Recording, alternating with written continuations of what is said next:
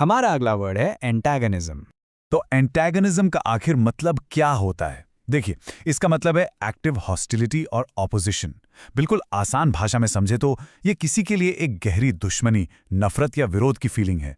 जब आप किसी इंसान या किसी बात के सख्त खिलाफ होते हैं ना, उस स्ट्रांग फीलिंग को ही हम एंटैगनिज्म कहते हैं। चलिए इसको एक एग्जाम्पल से और अच्छे से समझते हैं।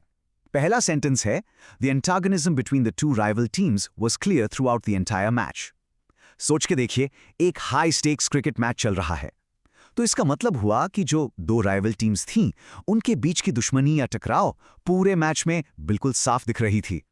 वो जो टेंशन होती है ना, वही एंटागनिज्म है।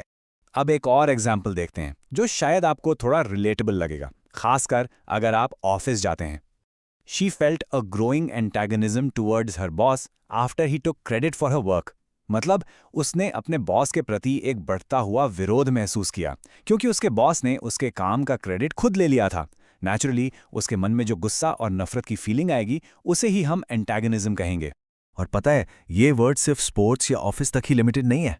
पॉलिटिक्स में तो ये बहुत ही कॉमन है। For example, during the debate the antagonism between the candidates became very personal. इसका मतलब है कि डिबेट के टाइम जो कैंडिडेट्स थे, उनके बीच का विरोध इतना ज्यादा बढ़ गया कि वो पर्सनल हो गया। मतलब प्रोफेशनल मुद्दे छोड़कर पर्सनल अटैक शुरू हो गए। आइए अब एक बिल्कुल रियल वर्ल्ड जैसा न्यूज रिपोर्ट का एग्जाम्पल देखते हैं। Political experts noted the deep antagonism between the two parties, making cooperation on the new bill nearly impossible. इसका मतलब हुआ कि पॉलिटिकल एक्सपर्ट्स ने ये नोटिस किया कि दो पॉलिटिकल पार्टीज के बीच इतनी गहरी दुश्मनी है कि उनके लिए किसी नए बिल पर मिलकर काम करना ऑलमोस्ट इम्पॉसिबल था। चलिए अब एंटैगोनिज्म के कुछ सिनोनिम्स देखते हैं। सिनोनिम्स यानी ऐसे वर्ड्स जिनका मीनिंग ऑलमोस्ट सेम होता है। तो ये हैं हॉस्टिलिटी, जिसका मतलब है दुश्मनी, एनिमोसिटी यानी बैरभाव, ऑपोजिशन यानी विरोध, कॉन्फ्लिक्ट जिसका मतलब है टकराव, और आखिरी है फ्रिक्शन यानी अनबन। ये सारे वर्ड्स एसेंशियली विरोध या दुश्मनी को ही दिखाते हैं।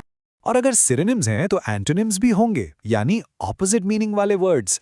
तो एंटैगनिज्म के एंटोनिम्स हैं फ्रेंडशिप यानी दोस्ती, हार्मनी यानी तालमेल, रैपोर्ट जिसका मतलब है एक अच्छा रिश्ता या संबंध, अग्रीमेंट यानी सहमति, और एमिटी जिसका मतलब भी दोस्ती और शांति है।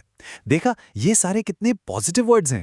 तो हमेशा याद रखिएगा, एंटैगनिज्म का मतलब है हॉस्टिलिटी, ऑपोजिशन या कॉन्फ्लिक्ट। बस आज के लिए इतना ही। मिलते हैं नेक्स्ट वीडियो में। Happy learning.